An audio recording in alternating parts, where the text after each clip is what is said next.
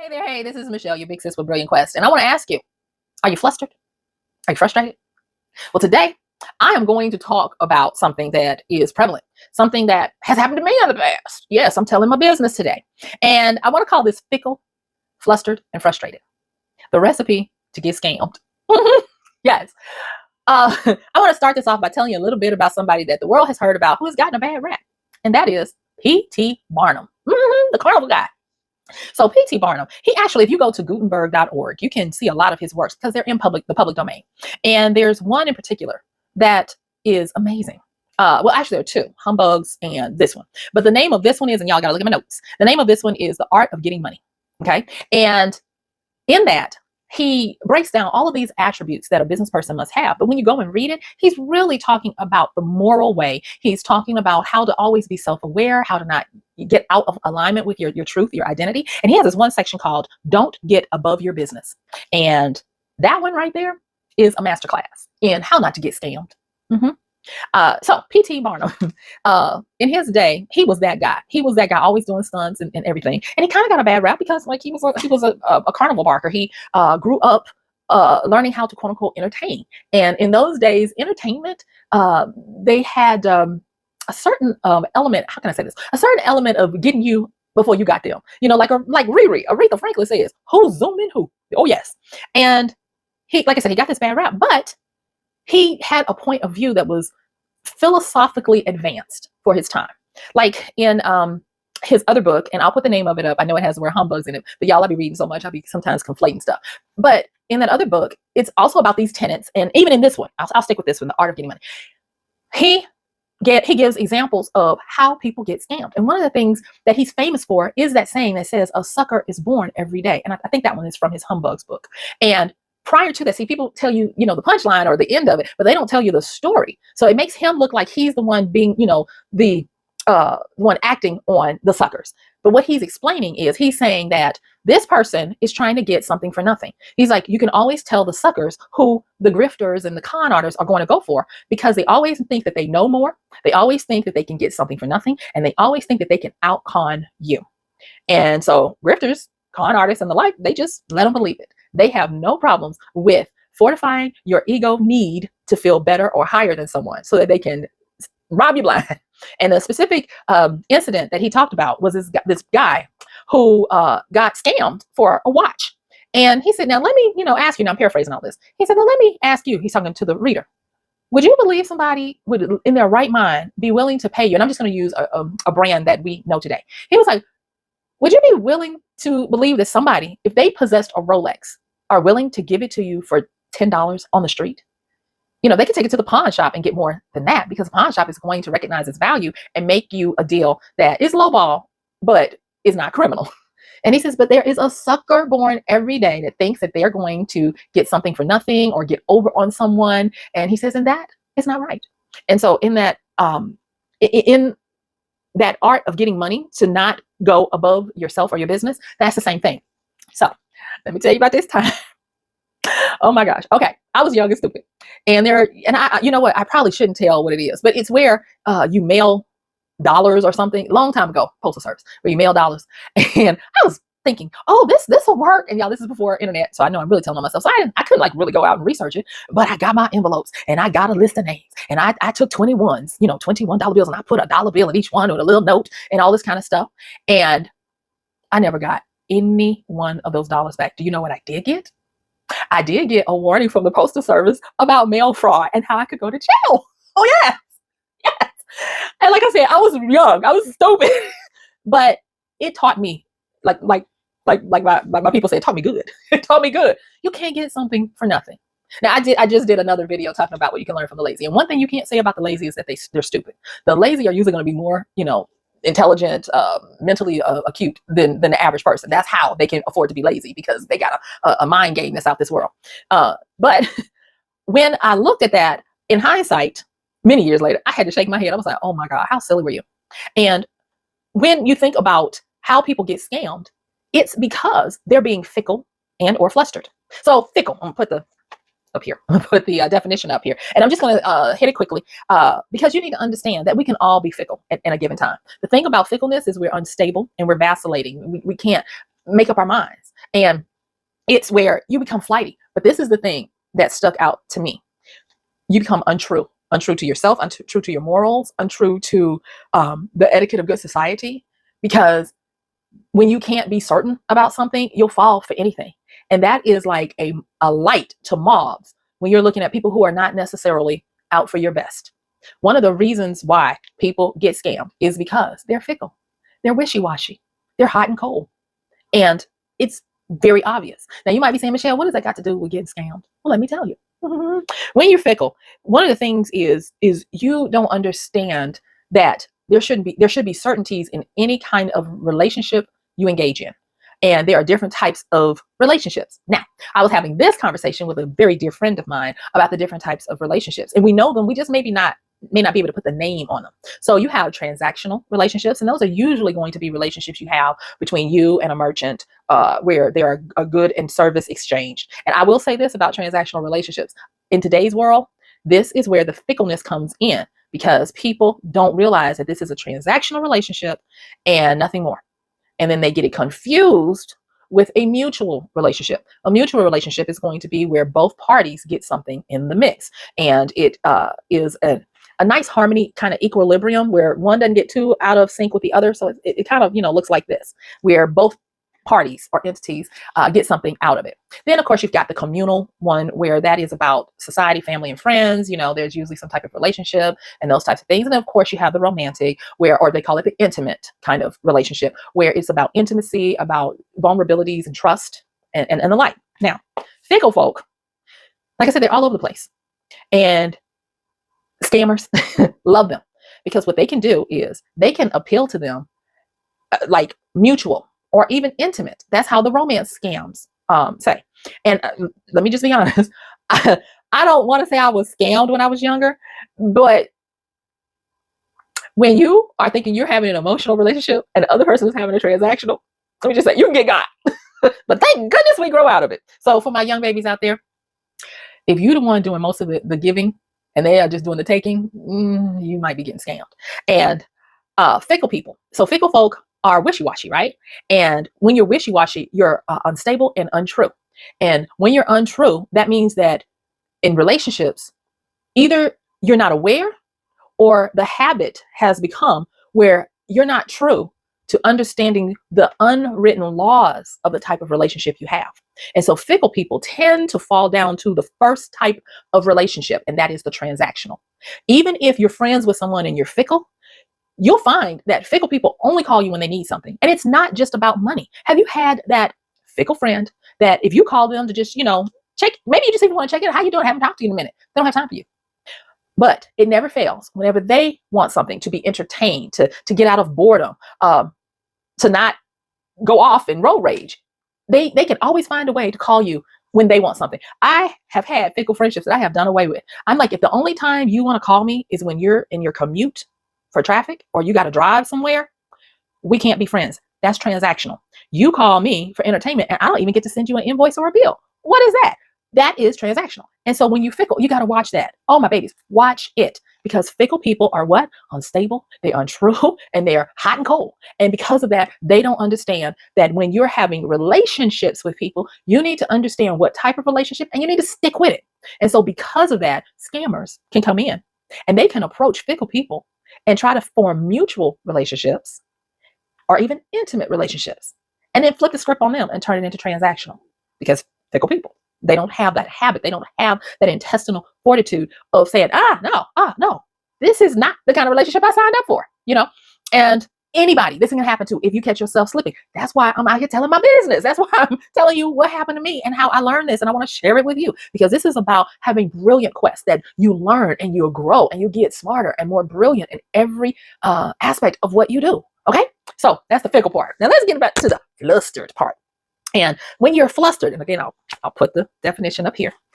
Flustered. Now you got to be scared. You're not scared. You got to be really on your P's and Q's with this, because like I said, any of these, well, the first two especially, can hit you unawares. To be flustered, that means that you can be agitated. You can be confused.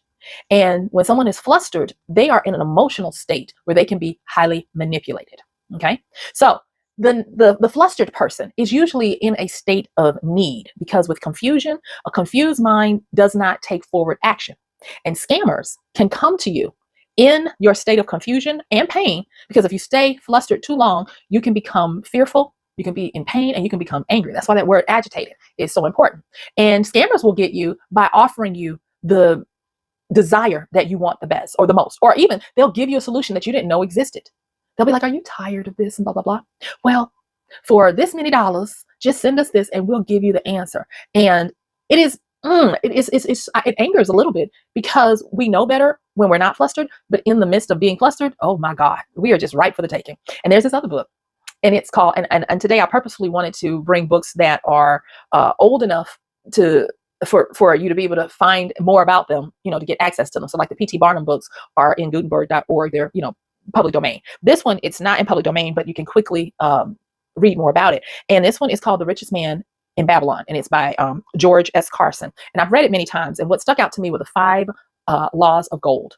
And I'm telling you this part now because if you take the 5 laws of gold, even though he was talking about money, it applies for emotions, relationships, career, children, family. It applies for everything. And so I'm going to paraphrase them really quickly. So the 5 laws of gold are that you need to save 10% of whatever you get to succeed.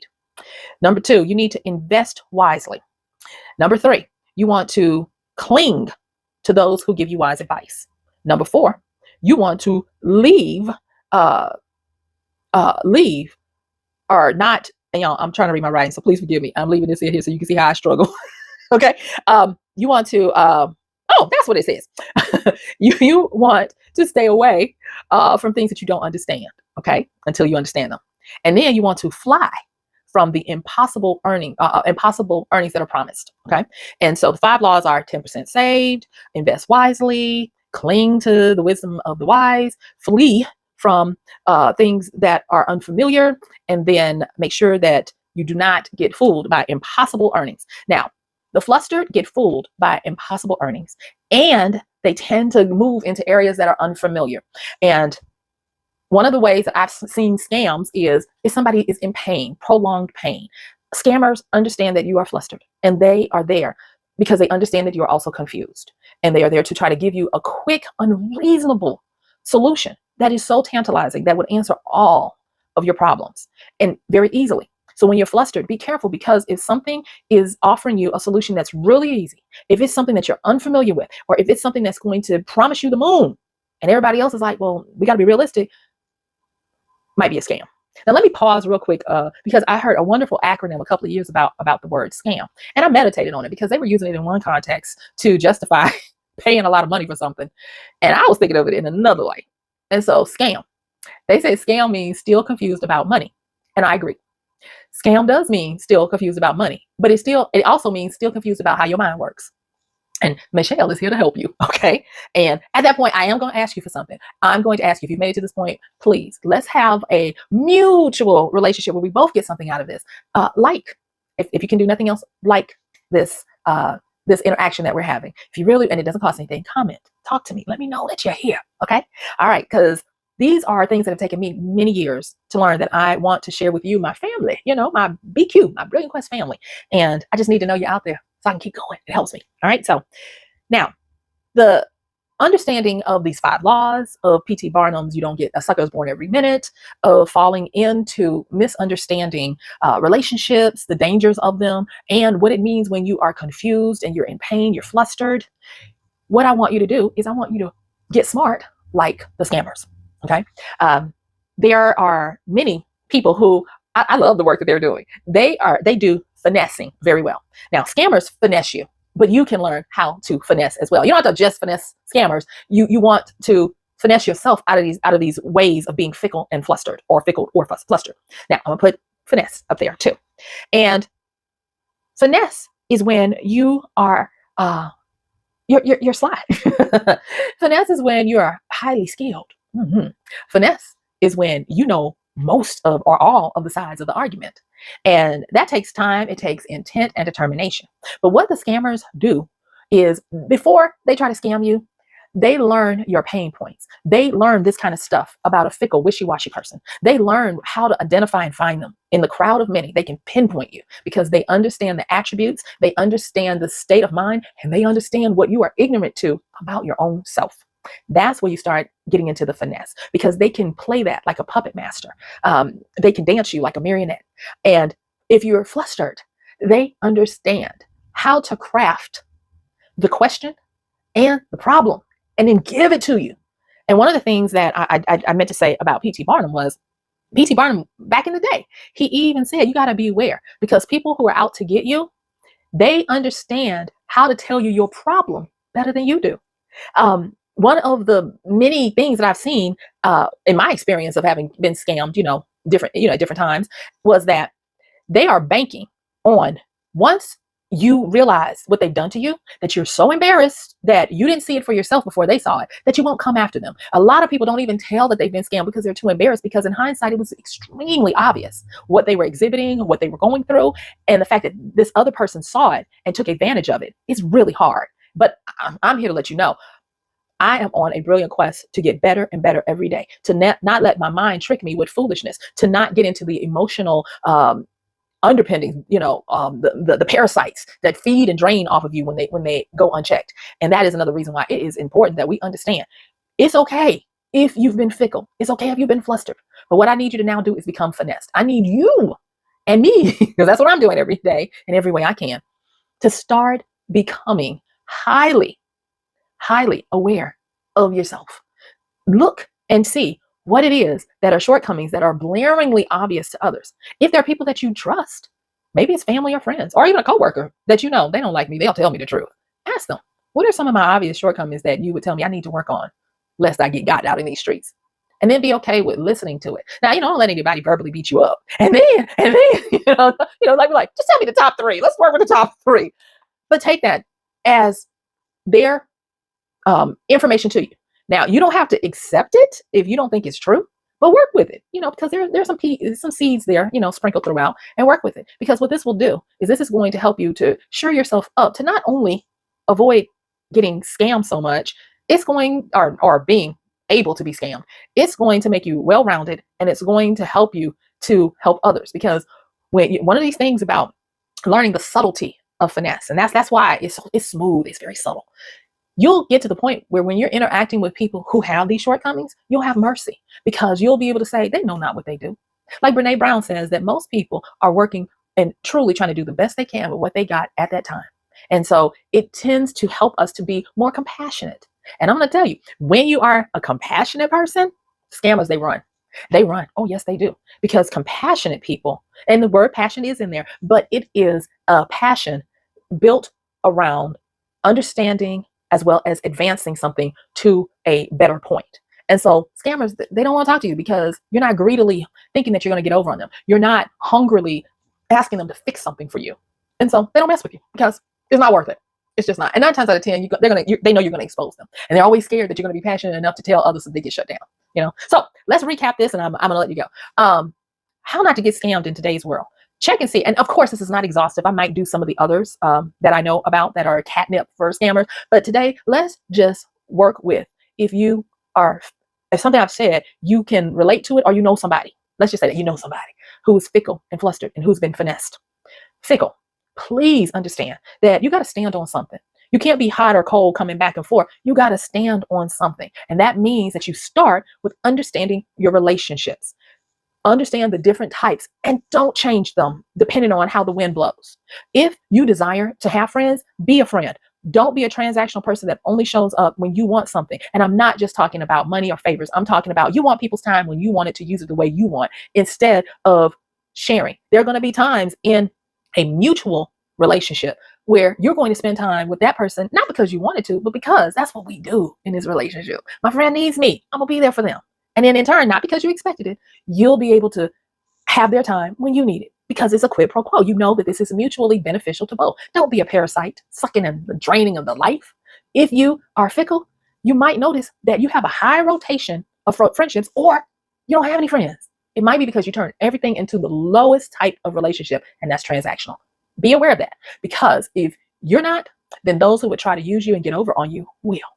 The next one is flustered. Remember, we talked about that being confused and agitated, and confusion can't move. And so that energy of just being flustered, I just don't know. I don't stop saying that. You do know. Because the more you confess, I do know, you will. When and I forgot to say this earlier, but with flustered people, they tend to tell people how to use them. I just don't know how to do this. I wish somebody would just come help me. This is just too much. Stop with those confessions, and because you never know who's listening. You never know. I actually knew this guy that because of what he said, unchecked, he got put on this scammers list. And I wasn't gonna go into this, but yes, there are actual scammers list, dupes. People that can be duped that are sold on the dark web. Have you ever noticed that some people always get these crazy emails about far out conspiracies? Because conspiracy does not mean it's not true, but there are some far out ones. They always caught up into some kind of whatever because they have itching ears, because they're looking for a easy solution, because they're frustrated, and frustration can tire you out. You're confused, you're disagreeable. It's just not a good look. And so shore that up by watching your confessions and who you speak to when you're in a state of vulnerability, because not everybody that's listening or hearing you is for you. And the next thing is finessed. This is what scammers do. They have no problems about studying you and being very subtle in how they interact with you, because they'll know you better than you know yourself. So flip the script and become a student of yourself. I'm going to be putting a link in really soon about something that I've been working that I'm really excited about. And it's a manual for you and me, our maintenance manual for our mind. And so be on the lookout for that. But I just wanted to make sure that I gave you this stuff, because out here in these streets, it is, the finesse game is out of this world. And people that you wouldn't expect are getting scammed. So take this. And again, thank you. Don't forget to like and subscribe. And I will see you sooner than later. Bye.